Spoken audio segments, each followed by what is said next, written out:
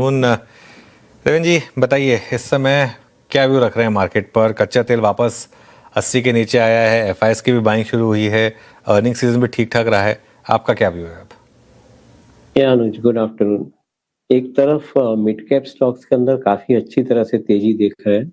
I think it's a very good sign because I think you are seeing the participation happening in the cash market. और दूसरी तरफ continuously the frontline stocks are by and large remaining neglected, seven except I think some momentum in metals today. But otherwise frontline stocks के अंदर जहाँ पे ज्यादातर conviction बैठता है क्योंकि अर्निंग्स आ चुके हैं कंपनियों के, और at the same time the outlook for the current year is also fairly visible। उसके बावजूद भी फ्रंटलाइन स्टॉक्स आज की तारीख के अंदर आपको वैल्यूएशन के नजरिए से देखें तो काफी अच्छे सस्ते मिल रहे हैं।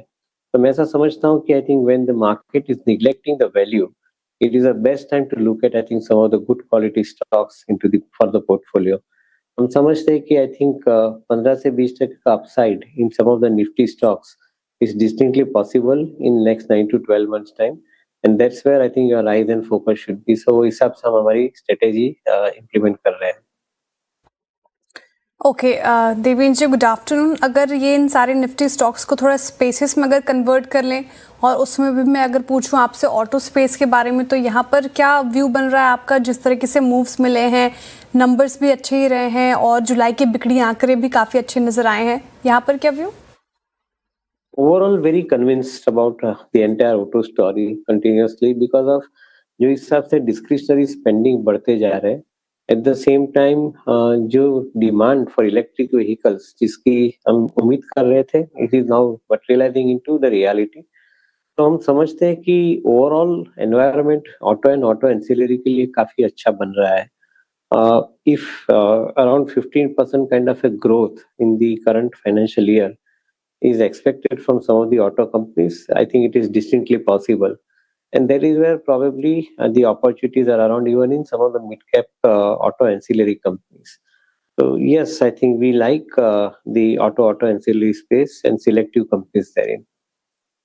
देवेंद्र जी, एनबीएफसी से बहुत स्ट्रॉन्ग हुआ है। श्रीराम फाइनेंस को देखिए, चोला को देखिए, बजाज फाइनेंस के नंबर्स आपने देखे इस बार लास्ट रिपोर्टेड क्वार्टर्स में एल&टी फाइनेंस के नंबर बहुत स्ट्रॉन्ग थे। एनबीएफसी में आपकी चॉइस क्या है इस वक्त? तो एक चीज पक्की है कि आई थिंक जो रिटेल कंजम्पशन जो है वो कंजम्पशन ज्यादातर NBFC companies, particularly the retail NBFC focus companies है, उनके लिए काफी मायने रखता है। And I think that is what we are seeing the growth in June and July both months. तो समझ में ऐसा आ रहा है कि अगर फेस्टिव सीजन के पहले इतनी स्पेंडिंग बढ़ती है and NBFC companies are participating into this particular programme by way of extending the loans, तो मैं समझता हूँ कि आई थिंक फेस्टिव टाइम के अंदर डेफिनेटली आई थिंक माहौल इससे बेटर रहेगा, ऐसा समझ के चलते हैं। Even the interesting part is के housing finance included companies like Bajaj Housing Finance, जिसकी हम पास में भी चर्चा कर चुके हैं, that kind of company has been reporting a growth of close to around 24-25% in their credit lending or the AUM building, whatever way you want to look at it। मैं ऐसा समझता हूँ कि आई थिंक अपॉर्चुनिटी वाइज काफी हद तक some of this companies are available at neglected valuations, and 15-20% kind of an upside is distinctly possible in some of these companies as we see it from the investment point of view। Devendra ji, IT की rally को कैसे देख रहे हैं आप? बहुत बड़ी rally हुई, लेकिन पहले भी हमने 2 रैली देखी थी जो फेल हुई थी। ये इस बार की रैली भी फेल होने का रिस्क है या कुछ अलग है इस बार? तो बाउंस बैक डेफिनेटली आया है क्योंकि I think most of the Indian IT companies, जो फ्रंटलाइन आईटी कंपनीज है पर्टिकुलरली, वो इंट्रिंसिक वैल्यू के नीचे ट्रेड कर रहे थे, तो शायद वो बाउंस बैक आना जरूरी भी था। एट द सेम टाइम कंपनियों ने जो क्वार्टरली नतीजे बताए उनके अंदर एक डायरेक्शन भी ऐसा सेट किया है कि ओवरऑल पूरा साल के अंदर the impact of new AI based order inflow is going to remain high, which also means that 4 to 6 quarters down the line when they absolutely I think start talking more about the AI based orders, मैं ऐसा समझता हूँ कि I think the revenue model will also make a shift from current model to outcome based model, and that is where probably I think we can argue कि along with the new orders you are likely to see the better profitability So we like, I think, some of the mid-tier IT companies. For now, I think we have been on record seeing some of the companies, but including some of the frontline companies, we feel that the downside is limited. And again, I think like many other frontline companies, IT companies के अंदर भी 15 से 20% की upside हम अगले 12-15 महीने के अंदर देख रहे हैं, पॉसिबिलिटी देख रहे हैं उसकी। चलिए, कैश मार्केट एफ&ओ स्टॉक्स के लिए बंद हो चुकी है और 24,570 पर निफ्टी बंद हुआ है और निफ्टी फ्यूचर देखें तो अभी 24,610 पर। ध्यान रखें, निफ्टी फ्यूचर में भी ट्रेडिंग हो रही है, लेकिन कल से ना थोड़ा सा हम हेडर लिख दिया करें 3:15 बजे की अब कैश मार्केट जो है एफ&ओ में बंद हो चुकी है। थोड़ा सा अब हमको भी ये अपडेट्स करने होंगे, थोड़ा सा अपने कंफर्ट जोन से बाहर आकर हम सबको काम करने की ज़रूरत है। और कैश की क्लोजिंग एफ&ओ वाले स्टॉक्स की हो चुकी है। एफ&ओ में अभी भी ट्रेडिंग चल रही है, वो अभी चलेगी और उसके बाद ऑब्वियसली 330 पर एक फाइनल पता चलेगा और 340 पर जाकर एक जो एब्सोल्यूट लास्ट क्लोजिंग रेट है, जो कल का स्टार्टिंग पॉइंट होगा, वो हमें पता चलेगा। आगे बढ़ते हैं और बात कर लेते हैं देवेंद्र से। राइट, तो फिलहाल एफ&ओ स्टॉक्स की कैश में ट्रेडिंग बंद हो चुकी है। ध्यान रखिए, ये अभी तक का अपडेट है, 3:15 पर बंद हो चुका है। अच्छा देवेंद्र जी, आईटी पैक को लेकर भी आप पॉजिटिव है, 15 से 20% का अपसाइड अभी देख रहे हैं आप 9 से 12 महीनों में। लेकिन क्या डेटा सेंटर एक रियल्टी पैक के लिए बड़ा ग्रोथ इंजन बन सकता है, और आप भी क्या रियल्टी पैक में एक बड़ी अपॉर्चुनिटी देख रहे हैं अभी? तो श्रेया, जो कमर्शियल रियल एस्टेट जो है उनके अंदर काफी हद तक हमने ग्लोबली भी एक ट्रेंड देखा है कि 2030 तक जो नए डेटा सेंटर की कैपेसिटी आ रही है, from close to 45 gigawatt in December 2025 to getting into 250 to 260 gigawatt, which is 5 times expansion data centre की कैपेसिटी के अंदर ग्लोबली जो आने जा रहा है, उसके अंदर हम ऐसा एक स्टडी पढ़ भी रहे हैं उसके अंदर कि इट इज सजेस्टिंग कि the world will not see as many number of factories, world will not see as many number of residential construction, but they will see maximum amount of money going into the data center related construction. So yes, I agree that to a greater extent, I think for real estate companies वो यार जो commercial projects लेते हैं उनके लिए एक definitely एक अच्छा कारोबार अगले 5 साल के अंदर होने जा रहा है। ऑफ कोर्स इंडिया स्पेसिफिक कितनी डेटा सेंटर की कैपेसिटी इमीडिएटली आएगी हमें इतना अंदाज नहीं मिल रहा है, but overall I think the growth is likely to be very high given the kind of penetration of GCCs also in the country.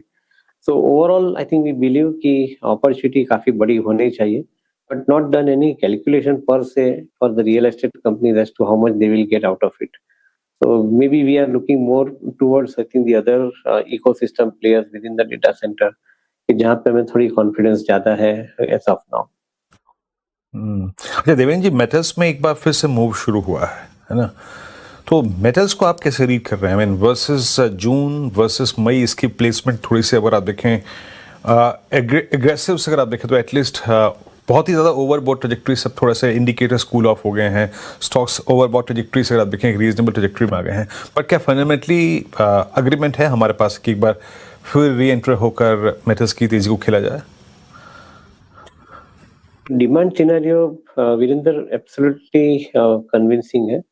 हम मानते हैं कि global market included the metal commodity will be in a huge demand, including a reference point लेते हैं तो आज जो Larsen को 15,000 करोड़ का जो एक ऑर्डर इनफ्लो मिला है, तो आई थिंक एक समझ में ऐसा आता है कि when the construction activity starts gaining momentum in the Midwest after the war related destructions, मैं ऐसा समझता हूँ कि ज्यादातर डिमांड मेटल की बरकरार रहेगी, ऑन द कंट्री बढ़ेगी।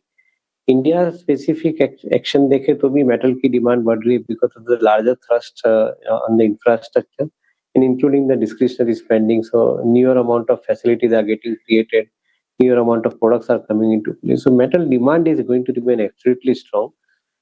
Fortunately energy costs के दाम कम होने के साथ में और at the same time backward integration into renewable energy by some of the metal commodity companies, मैं ऐसा समझता हूँ कि प्रॉफिट इंप्रूव होकर आएंगे अच्छी तरह से और ये सस्टेन रहेंगे। हम ऐसा समझते हैं अगले 3 या 4 साल का विजिबिलिटी हमें दिख रहा है यहाँ पे।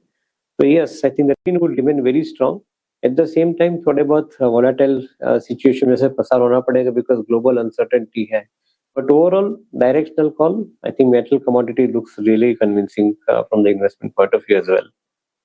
अच्छा देवेंद्र जी, आपने इस वक्त एल पे क्या ओपिनियन होल्ड किया हुआ है? एल वो है जिसने पूरी की पूरी, अगर आप देखें तो मेरे ख्याल से मार्च ऑनवर्ड कैपिटल गुड्स की, जिस वक्त हमने एबीबी में, कमेंट्स में, सिमेंट्स में एक वाइल्ड मूव देखा, उस रैली को अगर आप देखें मिस किया because of that, I mean middle east exposure, है ना। अभी इस प्राइस पे आपका एल पे आउटलुक क्या है? आपने नंबर्स देखे अभी हाल के ही, आपका विजन क्या कहता है एल पे? तो डाउनसाइड रिस्ट्रिक्टेड है, मैं ऐसा समझता हूँ, बिकॉज वैल्यूएशन के नजरिए से भी देखें तो I think the values are quite comfortable at this point of time. Even if you look at the EV to EBITDA for L&T kind of company remains very very comfortable at this point of time. और ऐसा समझ के चलते हैं कि करीबन 15% के आसपास का ग्रोथ यहाँ पे अच्छी तरह से बैठ रहा है. करीबन 4 या 5 साल की एक अच्छी ऑर्डर बुक की विजिबिलिटी भी है, so that is likely to sustain, that growth is likely to sustain. And we believe that I think with the prices of crude coming down and eventually metal commodity prices also remain under control, the construction companies like L&T will definitely have relatively better time. At the same time, the newer verticals in which ये company operate कर रही है, तो शायद उनके अंदर भी some of the part valuation का advantage इसको company को मिल रहा है.